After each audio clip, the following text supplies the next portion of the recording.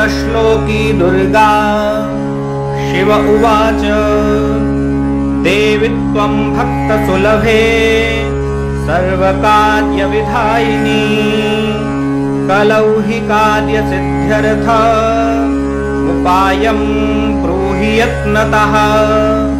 देवी उवाच शृणुदेव प्रवक्ष्यामि कलौ सर्वेष्टसाधनं मया तवैव स्नेहेन व्यम्बास्तुतिः प्रकाश्यते।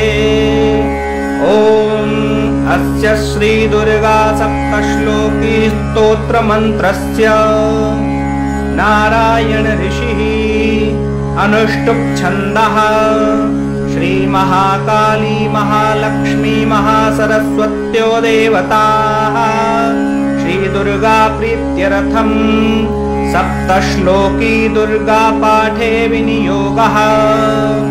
ॐ ज्ञानिनामपि चेतांसि देवी भगवती हि सा बलादाकृष्य मोहाय महामाया प्रयच्छति।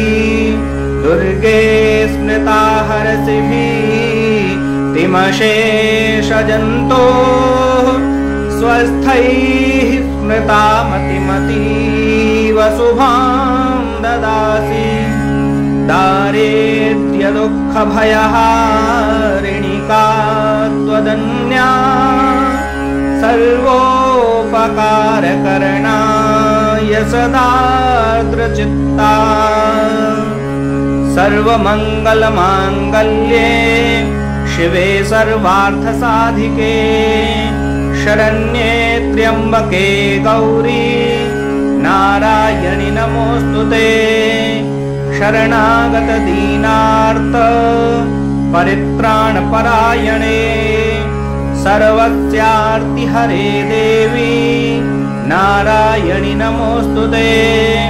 सर्वस्वरूपे सर्वेशे सर्वशक्तिसमन्विते भयभ्यस्त्राहि नो देवी दुर्गे देवी नमोऽस्तुते। रोगानशेषा नपहंसि तुष्टा पृष्टा तु कामान् सकलानभीष्टान् त्वामाश्रितानां न विपन्नराणां त्वामाश्रिता हि आश्रयतां प्रयान्ति। सर्वाबाधाप्रशमनं त्रैलोक्यस्याखिलेश्वरी एवमेव त्वया कार्यमस्मद्वैरिविनाशनम्। इति श्री सप्तश्लोकी दुर्गा सम्पूर्णम्।